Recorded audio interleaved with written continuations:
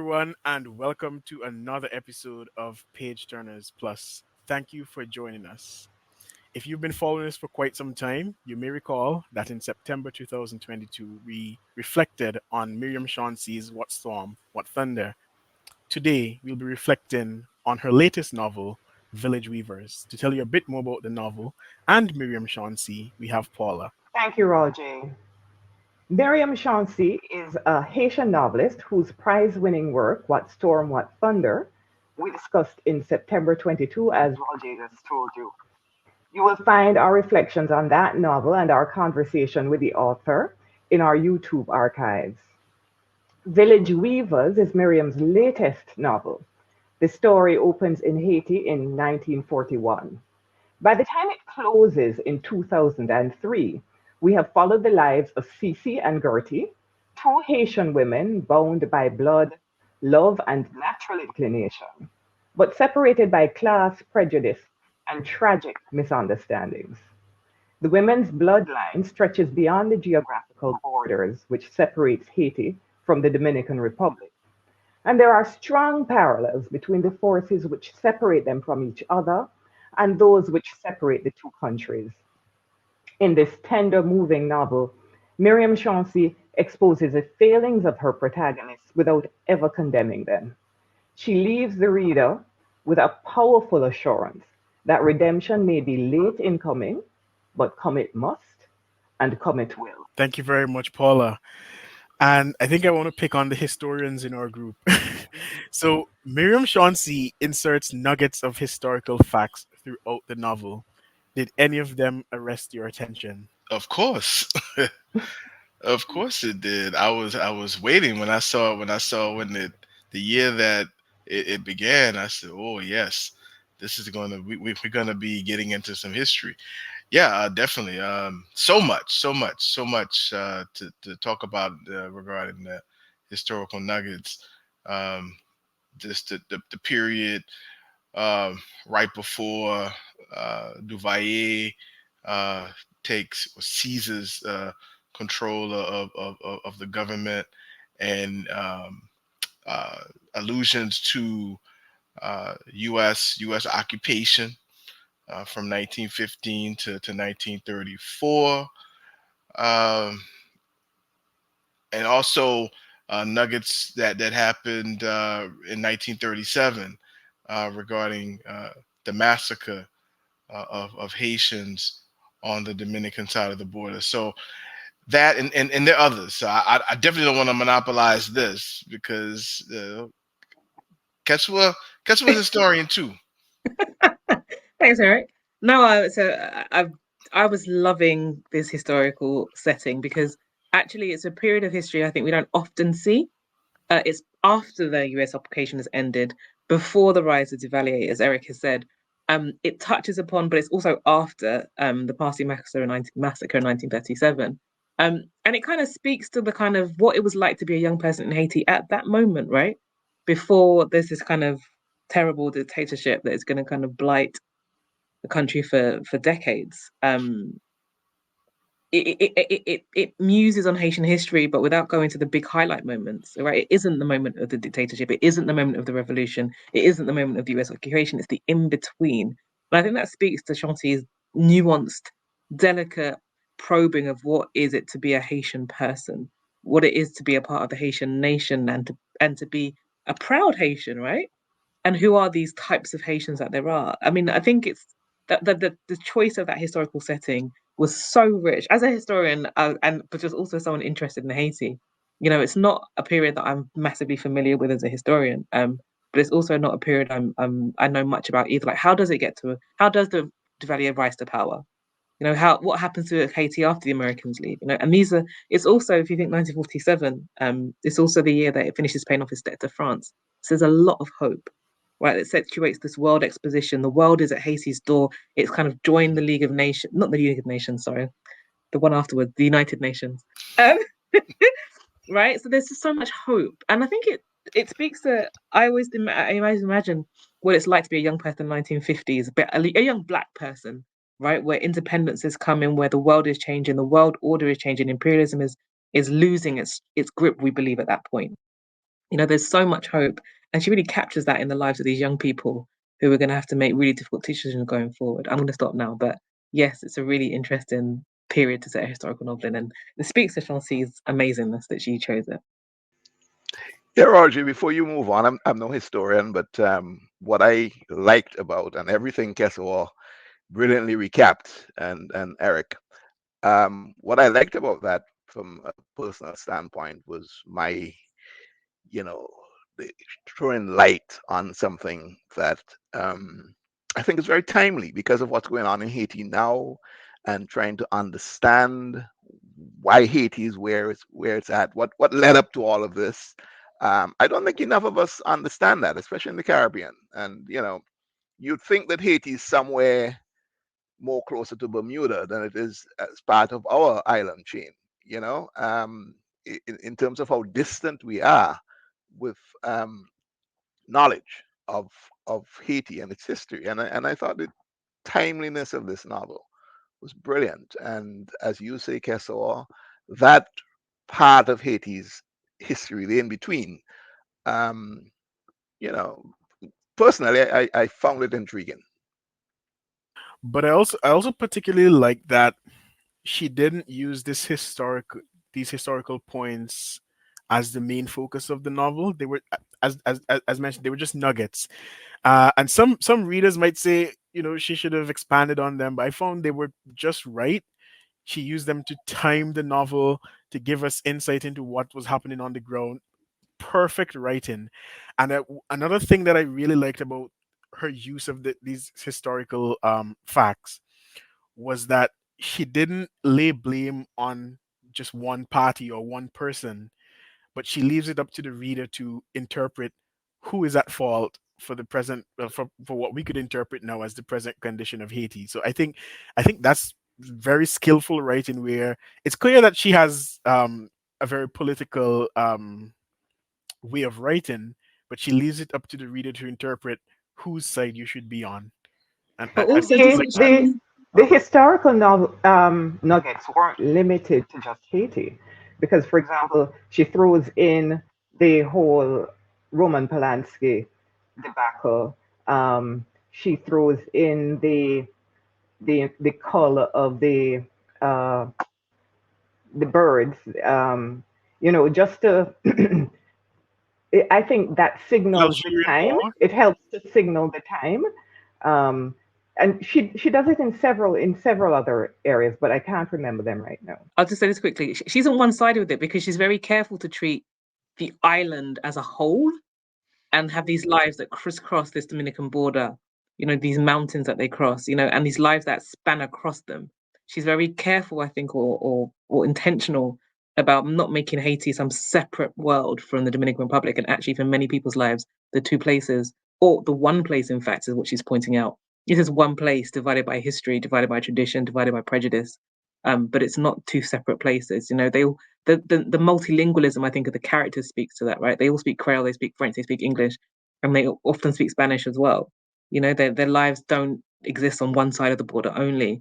And when you talk about laying blame, Roger, she's careful to say that Haiti's elites are very much complicit in Haiti's tragedies. Absolutely. I was gonna say, just to follow on from what Paula was saying, that she also put in the nuggets with the Algerian War in France as well, right? And that I found that was quite interesting. But I also wanted to say, just generally speaking, I just loved how she, as we said, she didn't like, bang on about the history. She used it to set the timing. But I really love that she showed us what like just regular life was for Haitians during that time. Like I think most of us when we think about Haiti, we're either thinking about the revolution, the dictatorship, and then are all the really, all the horrible things that have been happening. But here we're just seeing what it was like to live in Haiti and just have a normal, relatively normal life without all of that. And I really, really appreciated seeing that facet of Haiti because I feel like we see the rest of it really, really too much, a lot, and it was just wonderful for me to see that perspective. And her, I mean, I guess I could just throw this in here. Her descriptions of I don't want to call it village life, but life in the suburbs of Port-au-Prince and so on. It reminded me very deeply of Lionel Trio's Antoine de Gaumier. I just got scenes from that novel as well when I was reading her novel, so I particularly like that. But I think we could move on to something that everyone who reads this novel would love to discuss. Were the strain and estrangement which developed between Cece and Gertie inevitable? This is a good question. Was it inevitable? As a historian, nothing is inevitable. So there are people that there are conscious decisions that have been made. Now, with that said, the context, uh, Cece being the daughter of a woman that Papa was not married to, and I hope I'm not giving too much away to our viewers, and the way that the Alcindors were as a family, I would lean that it was inevitable because of the family name and what they've cultivated and their status in Haitian, but also even across the border in Dominican society. So from that aspect, I would say it was inevitable. I could go on because that whole story it reminds me so much of what happened and what has happened in my own family with my mother's generation. But I'll let that pass. I would say that it would not have been inevitable if Papa stayed in good health for a really long time.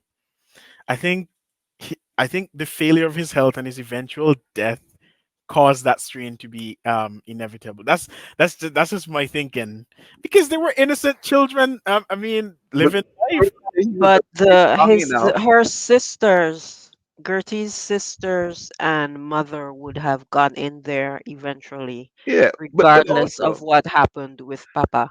but Papa was alive long enough to have been a bridge if he was going to be a bridge. I don't think he was going to be a bridge at any stage. So I I don't disagree. agree there. I disagree. Um, I think the reason and the way that the sisters and the mother worked so hard to keep them apart suggests it was absolutely not inevitable. That actually Gertie drew a lot of strength from that friendship, and had it not been died so early on, she would have easily have refused them, as she eventually did when that friendship was rekindled even slightly. So I don't think, and I think it was the force of her love for Cece that meant that that strain and estrangement wasn't at all inevitable. I think they might have encountered other difficulties, but I think the love that they share is such a pure love. It lasts so long because it's so pure and powerful, right? It's a love of a lifetime, right? With so little nourishment after the age of 8, so few interactions between them, and it carries them. So I disagree. I think actually that strain and that was a lot of effort was put into that estrangement. Um, and that bruised and wounded particularly Cece, that meant it was hard to come back from for a very long time. But I don't think it was inevitable at all. Then there's the question of the spirits.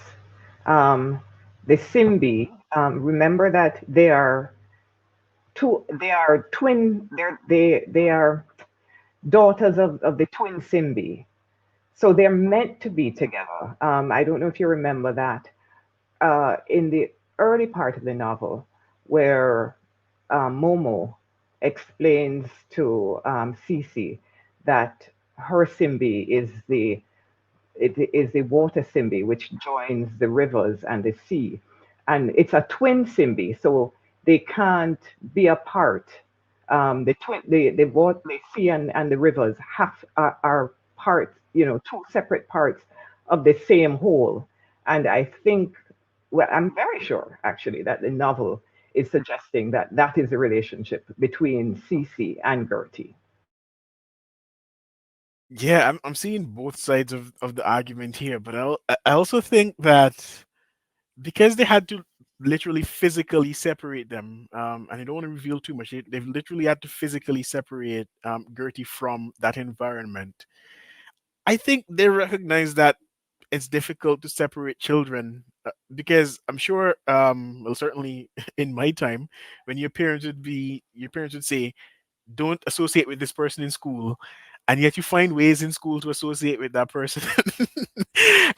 And then you would hide, like, if a parent comes around. I think that would have happened if they didn't physically separate Gertie from Cece in this case. But the question I want to ask: Cece rejected several attempts by Gertie to reconcile. Was she justified in this? Without revealing too much of what happens toward the end of the novel, do you think she was justified? Pain, and hurt is something that not everybody's able to give up so easily, and Cece was hurt, and you know, overcoming that barrier without, as you say, giving up too much. I think it was understandable. That's my view. I think given what transpired and the wound inflicted, um, I don't think it was easy to heal at the snap of a finger or the snap of several fingers. Plus, I thought that she herself carried it like a lot of us carry pain while we try to process. We're not really we don't think we've processed enough yet to let it go, right? So I think she needed, in her mind, time to for more processing. So that's my view. Yeah, I don't think it's a question of it of I mean things like that. I don't think we can talk whether they're justified or not. I think if people feel the way they feel, right? Like Tony said, and if you have to process the pain. And remember, I mean, she was a little girl. She got absolutely no explanation for what happened, and so she made up in her head the reason that she thought it happened, which was a very hurtful reason. And at 7 years old, if you believe that, then you're going to just continue believing that if no one actually explains things to you. And no one explained anything to her at all. So she basically has a 7-year-old's reasoning for the rest of her life, pretty much. And to piggyback on that, Francine, there were times in the novel where I stopped like reading and I thought, is this a feeling that a 7-year-old could have? But now that you mention it, I think the sort of betrayal that she experienced, particularly in her interaction with Andre and Rico, I think I could understand a 7-year-old feeling that way and carrying those feelings for a very long time. A 7-year-old would definitely be able to discern that this occurred because of that the class divide essentially between the families, and because, as she was called, an outside child. So I definitely think a 7-year-old could experience those feelings. Yeah, I think it says more to the pettiness and the snobbishness of the Alcindor sisters, especially Andrea, but also Altagracia. Um, what's the other one name? Yvonne? Fredia. No, Fredia, definitely. And then Rico, once he comes back into the scene later. Um, they never they never let up. They never said, "Well, our daddy did. We know he had all these other children. Let's just try to reconcile." No, they want to save face. They want to keep up their appearances, and also they want to spite their daddy and what he did. So if there had been a change of course by the sisters especially, but also by Rico earlier, then I think things would have turned out differently, because Cece continued to talk about those events that happened to her at the time of that rupture. Again, as y'all said, she didn't get any explanation. No explanation was given. Uh, I think her sister knew. Margie, she knew. But I think Margie and all the circumstances around her life, I don't know if she even had an opportunity to really come clean with CC. So I think But there's a lot of stuff that's going wasn't on here. Maggie also trying to protect? Cece from that Hmm. inevitable pain? Wasn't she just trying to say, look, just don't go there. Just it's gonna burn you, right? Just this it's best if you don't associate. I And I think it was a protective big sister Mhm. um, sort of approach. I think she also Cece experiences that moment, that rupture, at a time of great rupture, right? So she loses one person, then another in very quick succession. So I think actually she doesn't process any of those traumas in some ways because they're all interlinked. The only one that probably she does process is Margie because Margie eventually comes back. But the reason I think that she remains in this kind of 7-year-old mentality is probably because she's quite traumatized by the whole thing. It's not just one loss. It's a profound grief that is her whole world kind of disappears before our eyes, um, and that makes it even more difficult to forgive the one thing where someone's deliberately tried to hurt her. Her dad didn't mean to pass at the moment he did. Marky went because she wanted to do something better and come back. But but Gertie, she can hold that against her because that's a deliberate choice that's been made to hurt her. Also, she understands it. The internet is being uncooperative, so we've lost Raul J. Hopefully, we'll get him back. Um, so, panel, as of now, I am in charge. Do you discern any parallels between the story of Cece's and Gertie's relationship and that of Haiti and the Dominican Republic? Oh, without a doubt, at least in my mind, I think I mean, all of this, it's some really stark events that happen as the text unfolds, and again, we've already talked about the switchback um, technique that Chauncey uses, but there are some real glaring episodes in the text in which it involves both Gertie as well as Cece, in which Chauncey is giving the reader, or at least arguing to the reader, that you know what, yeah, there are some nuances, there's some differences in uh differences between soups, but it's still soup. It's a little accent here and there. Again, even the languages we already talked about, as people can speak both Creole and Spanish.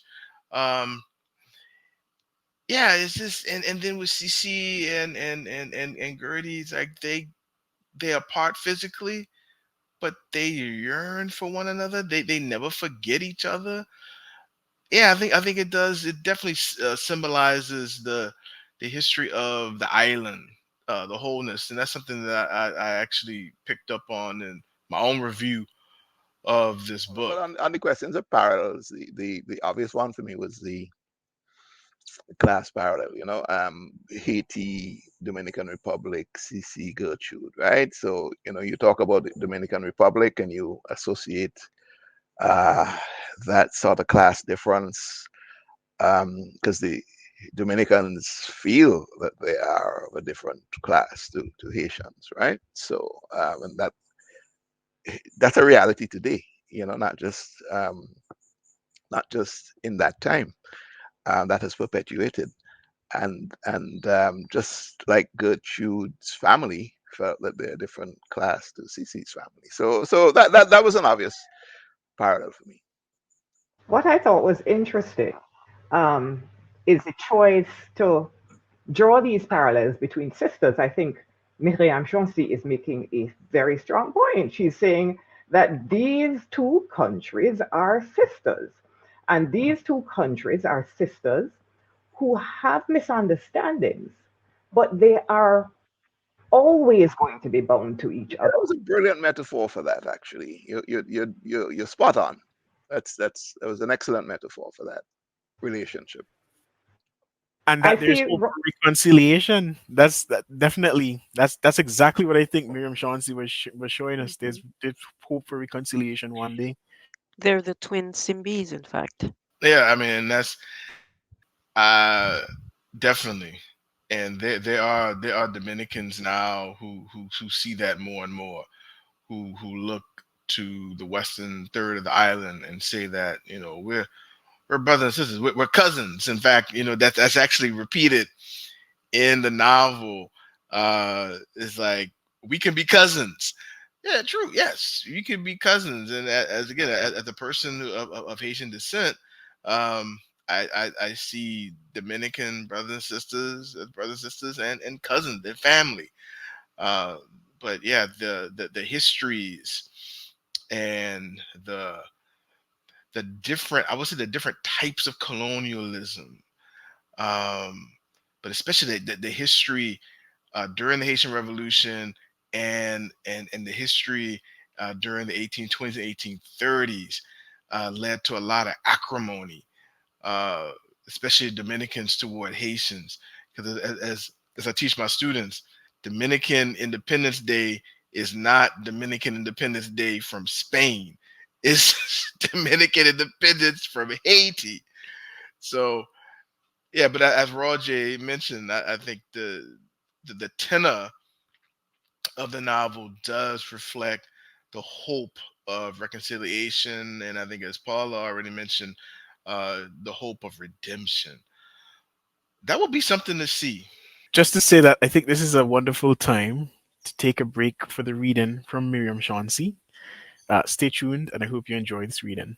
We'll be right back. Hi, everyone. My name is Myriam Chancy, and I'm the author of Village Weavers, from which I'm going to read today. Village Weavers is a novel about two Haitian girls who meet in the 1940s in Port-au-Prince and are from different class backgrounds, and then find out a secret about themselves that wrenches them apart. And I'm going to read a short section from when one of the girls is a teenager, and takes place in 1949 when the International World Expo took place in Haiti, and brought into the limelight the culture of Haiti, and in particular made famous a singer named Martha Jean Claude. And you'll hear about Cece's best friend. So the little girl that I'm reading from is Cece, and her best friend is Lou. And you'll also hear the mention of Lou's boyfriend, Lolo.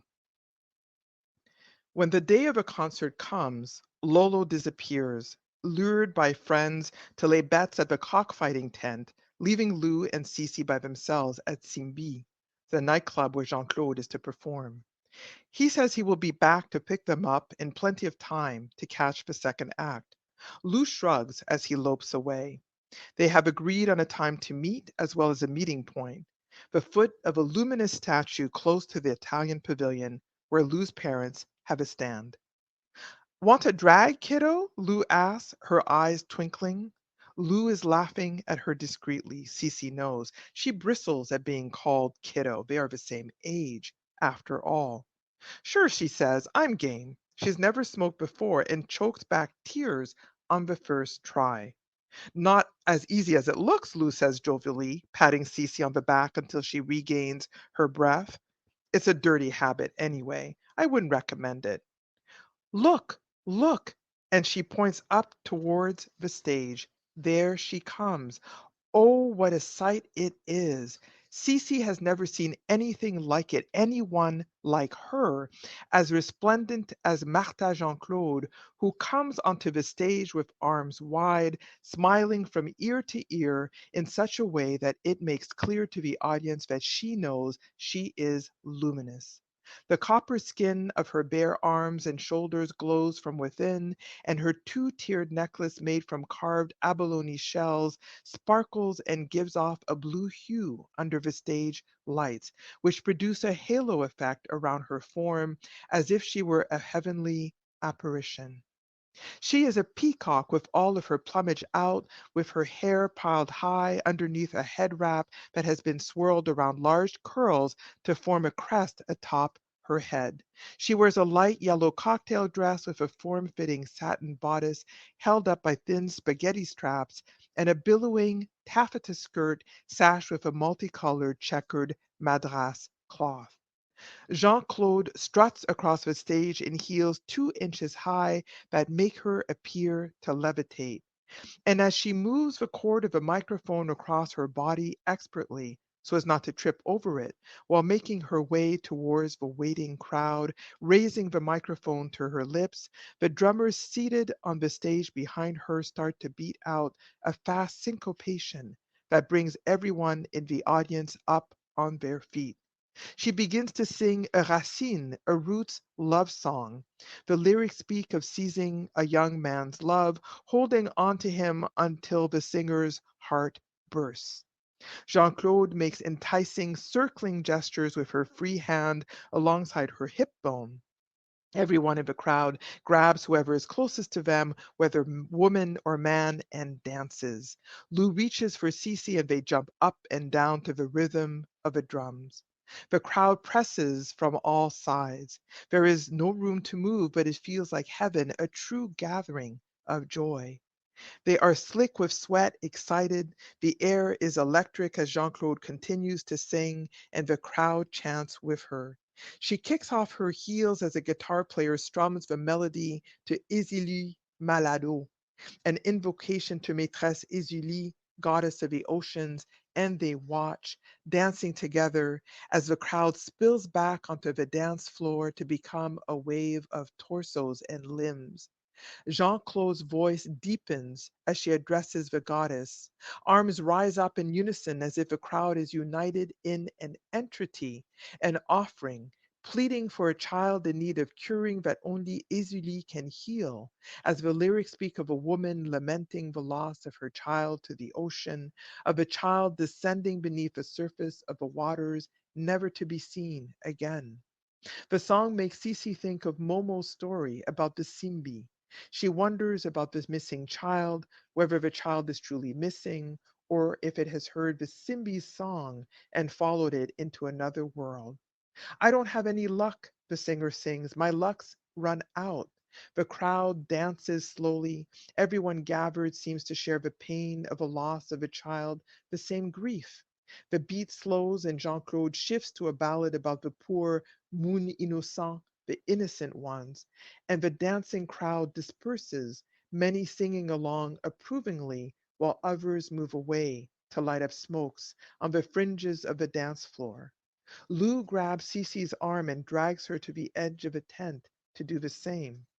From where they stand, looking back, Cece moves her hips to the rhythm of the crowd, following the movement of the arms back and forth as the spectators swing them above their heads like congregants in a church. Lou is moving against her, following the rhythm, the drums, as if she herself is a syncopated surface, the taut skin of a drumhead. Her back is turned to Cece as she smokes and as Jean Claude moves on to her big hit, her rendition of Oswald Durand's poem Shukun, an allegory for the beauty of Haitian women. The crowd goes into a frenzy, jumps back on their feet, and Lou's head falls back onto Cece's shoulder. Come on, Lou, Cece says into Lou's ear, which is against her mouth. Let's go. We're going to miss the finale and the And encores. welcome back. So for this second half of the program, I think I want to shift the focus to the part of the novel that takes place in France. So Samia calls Scott a dilettante. Is Cece also a dilettante? My answer to that would be no. I don't think Cece is a dilettante by any means, and that Scott gave pretentious vibe, particularly when he was.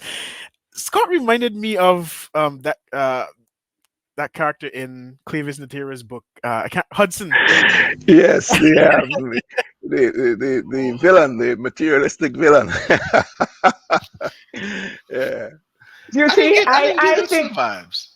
Go ahead, Paula. I think Scott is more a materialistic villain than the Clavis Natera character. What was his name? Hudson. Hudson. Hudson, Yeah, yeah. because first of all, Scott, when Samaya calls Scott a dilettante, Scott doesn't object. He says yes, but I put my money where my mouth is, and he does, and he does. He helps the cause by throwing money at it. He doesn't want to be in the middle of the revolution. Because I was only chasing Samaya. I just kind of got caught up in this thing because I was chasing Samaya. But having chased Samaya and having been dragged into the revolution by Lou, because Lou doesn't take no from anybody, um, he did as much as you can expect a Scot to do. So I don't know. I don't think he was all that bad, but I think he was more certainly more of a he certainly wasn't a villain. He's not a villain, but he is a dilettante. I don't Okay, know. I on a sorry, on a funny note, I thought Roger was gonna say that he reminded him of Apollo from What a Mother's Love Don't Teach You. Was it Apollo? Was that his name? Yes, it The young was. man? Yes, Yeah. Apollo. character who wanders into Tivoli Gardens on a holiday. Yeah. Right. Not that I'm too I familiar with wealthy brats, but I got the impression that that's what wealthy brats do. They just sort of spend like 5 minutes on different interests. They would spend money to go see something they're not interested in. They would The purchase art class just for the wars sake in this group are just of beyond me. I mean, the class wars in on this team, I always blew my mind. So wealthy people are one dimensional, right? That's what you're telling me. No, if you're poor, if you're born poor, you're multidimensional, you're Yeah. complex. But if you're born wealthy, you're one dimensional. Tell me about that, Yeah, no, Paul, I hear where you're coming Socialist from, right? leaning. and I Right? agree with you, Paul. I honestly think you need to give um, people of privilege a little bit more credit. The privilege is not of their making, really, and it isn't that they play on it and they can't be a bit more not just sympathetic, but be actual part of a struggle, of a cause. That happens all the time. I'm not saying Scott was that, but but And certainly, in and this novel, yeah, Myriam Chancy makes the point. yeah, She has Papa mention to Cece that there were elites among the mm, revolutionaries. mm. Um, and Che Guevara, was he poor No, he somebody? wasn't. No, Precisely. Yeah, right. Think but Scott, about no, it. no, no, no, no, no, no, no, no, no, no. Let's dial back a little bit. I'm Yeah, let's not dial saying back a Scott little was bit. Che Guevara. I'm not saying that. But No, but what I'm speaking to is Roll J's theory. I That's no, what I'm I speaking think to. I think I think that I really like the character of Scott for the intricacy of which she drew that character, right? So you've got this rich white guy who's on holiday. Well, he's not even on holiday, he's a study abroad. He's a student. It's the late 1950s, early 1960s, and he's a flaneur, right? So he's somebody, and Francie can say more about this than I can, who's literally describes himself as the kind of person that goes around strolling, right? Taking in the sights of Paris, stopping in for a coffee here, taking a glass of wine there. That's his jam. Okay, so he's very much what we might think of as a 1960s hippie dilettante, right? But as you said, he kind of gets caught up in this little love triangle and ends up with the most radical women in Paris at that time. Yeah. You know, he hasn't just found out some women that are burning bras, he's found the ones that are funding the Algerian Revolution. Right? When Haitians are escaping Duvalier, they're coming to their apartment to hide under the bed. Yeah. Like these are not semi-revolutionaries. These are like, these are the ones leading the revolution from the front. Yeah, they're gonna have scars on their faces from when they got beat by police batons. They're gonna witness massacres and crimes. And that's how who's wrapped up in, and that's who give him the time of day because he does fund their activities and they recognize they're very practical. They recognize that they need money to get out of keep people alive, to keep them out of prison. But is he So also I funding the activities because he believes in the cause too, Kesso? That's the point. well He's doing it just no, because he wants to be around these people because he's in love with I don't think what's he's her around them name? because he wants to be in love. I think he enjoys the excitement of the moment. He's a young person. He understands the stakes and he gets to play act change that he has no intention of bringing to his home country. He's not involved in the civil rights movement. When Yeah, he takes her home, we don't hear about him taking her to see Malcolm X speak. Yeah, right. yeah, it sort of ends there. Yeah, He goes But right back to his wealthy life, and but she's when gonna he pass for takes white, and they are gonna live happily ever after in their southern wealth family. So his commitment to radical change extends as far as his personal affiliation with Samir and Lou, as far as anybody can tell. Right, for the rest of his life, there'll be no indication that he was vaguely interested in that life, and if we hadn't known it, we'd have never imagined it was true. So I think we can accept that Scott's moment is his brief fling during his gap year, and he's going to go right back to his seat of power as soon as that period is over in his life. And her discomfort in that marriage is a reflection of that. That But he what do we make There, of the right there, fact? right there, What right do we there. make of the fact that Cece is quite happy? She doesn't fight it to pass for white. so I have a lot of theories about this book, right? But I'm going to try and keep them short, right? I think what Myriam Chancy does brilliantly is she gives us characters who are not headstrong, empowered, passionate women. Lou is that character. She's the strong woman character that we know and love. That will follow her down will follow off a cliff. And let Like me she, stop you a minute about when we speak about Lou. Remember, Lou is also a person who was born to privilege. Raul J. like, no. I mean, Samaya too. yeah, right? Because she's French and Algerian, right? She's not Algerian, right? She's not a Muslim. We don't think she's, like No, I Lou is Italian. Lou is Italian no. Haitian. No, I'm Samaya. saying Samaya, the Algerian. She's also from the privileged class, right? She's an Albert Camus but in female form, right? Um, she's a pied noir from what we can tell, yeah. Or something like this, right? So these are the strong, impassioned power women. They're the revolutionaries, but these other two women are very insecure characters. Both of them are very insecure. They don't know themselves. They don't know their place. And both of them make the same kind of marriage at the same kind of time for the same kind of reason. They're both a little bit lost, have no real strong attachments to anyone at that moment in their time, and cling on to the first man that comes along as nice to them. Am I wrong? You're wrong about Gertie. Yeah. You're wrong about No, I Gertie. think Um, no, I agree with Kesua. I uh, think Gertie was lucky that the first man that came along that she clung to was the man that she found, and that Cece was unlucky that it was Scott. But I agree that if you think about, I mean, Gertie, she had just graduated high school when she met Manuel, and A- yeah, she had no other experience. And Manuel was He was 8 years 8 years older her than her. senior. Eight Yeah, years that. Yeah, her senior. He knew what he was And was about. yeah. And she who, was All like, that. was it only me? But wasn't anybody else worried about the fact that Manuel was trying to carve her into his own image?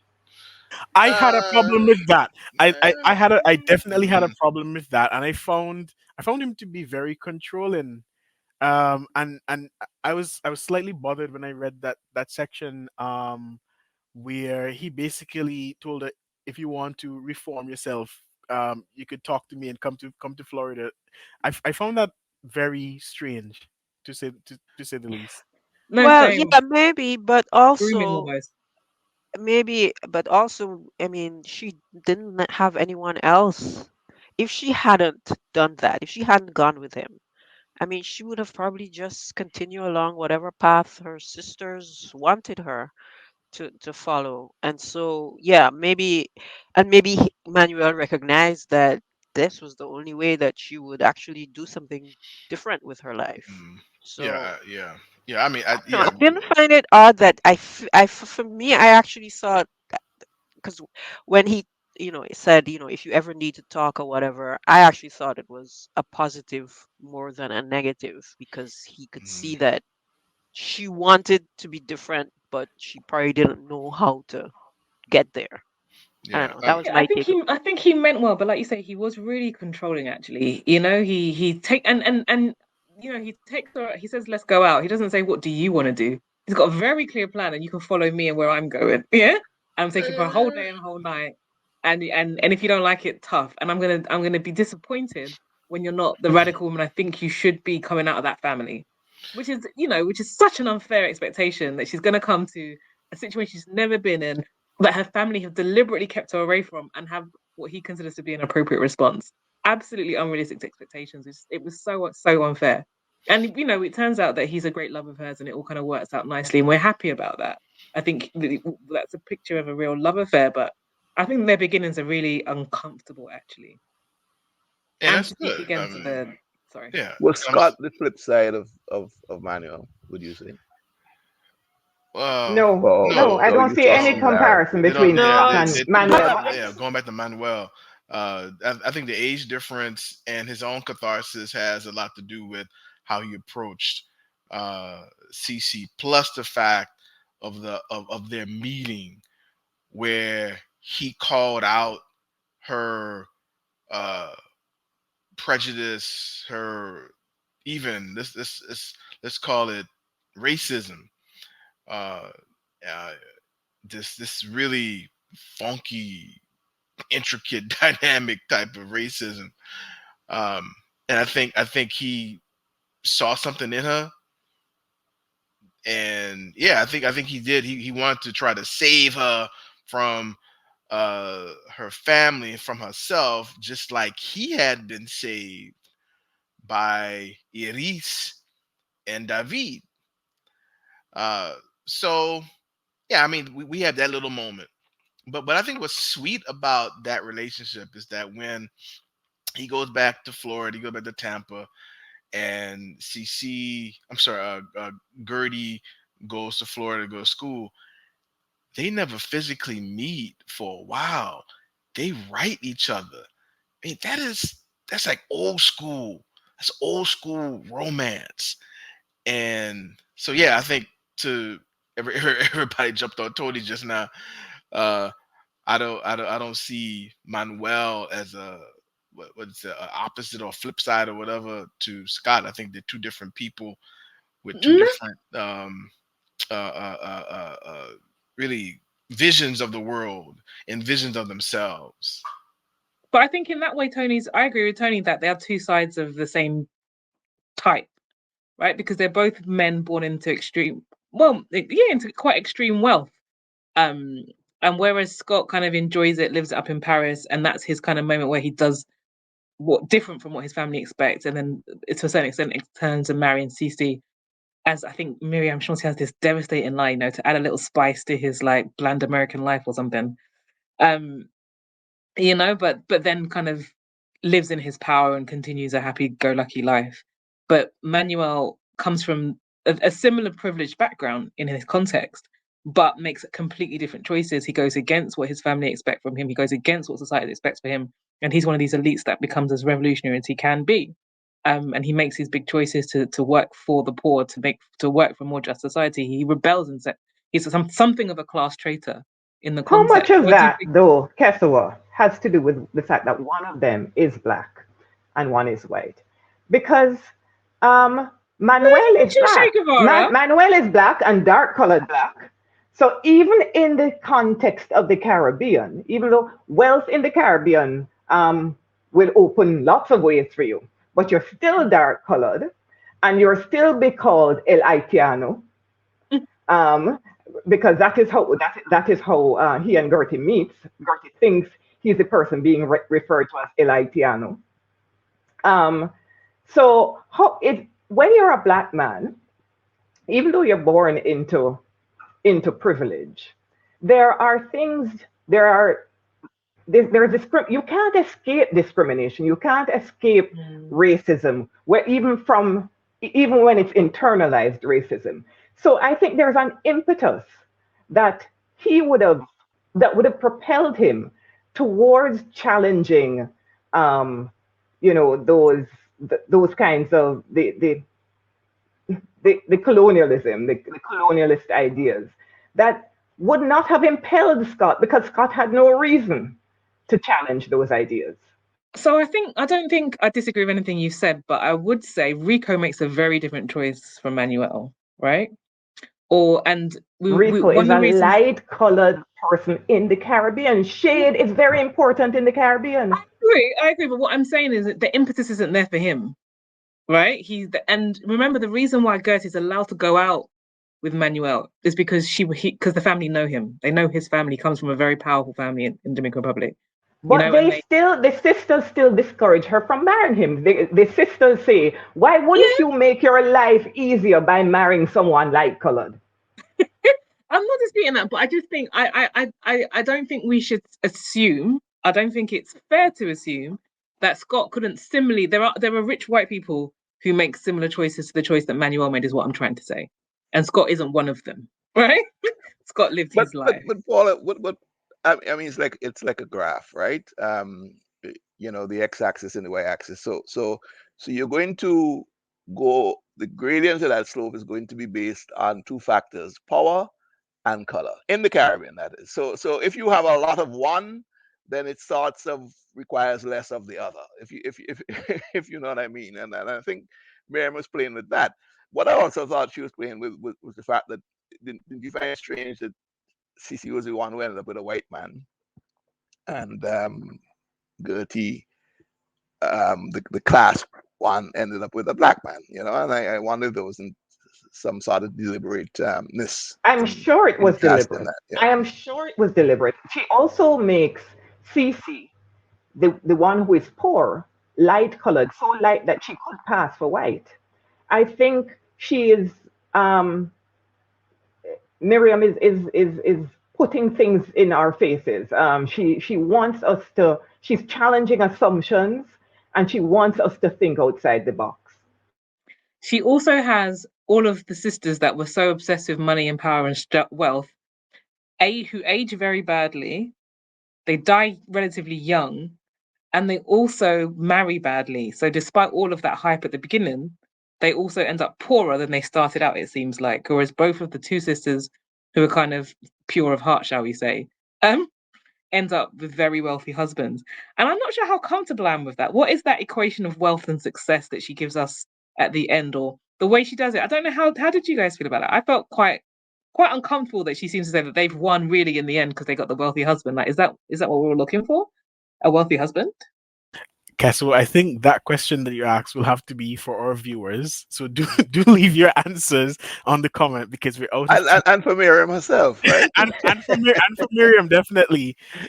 So it has been a lovely discussion. We could go on and on, but I want to thank the viewers for joining us. The next time you see us, we'll be interviewing Myriam Chancy for the second time. So you should look forward to that as well. Thank you for joining us and have a lovely day.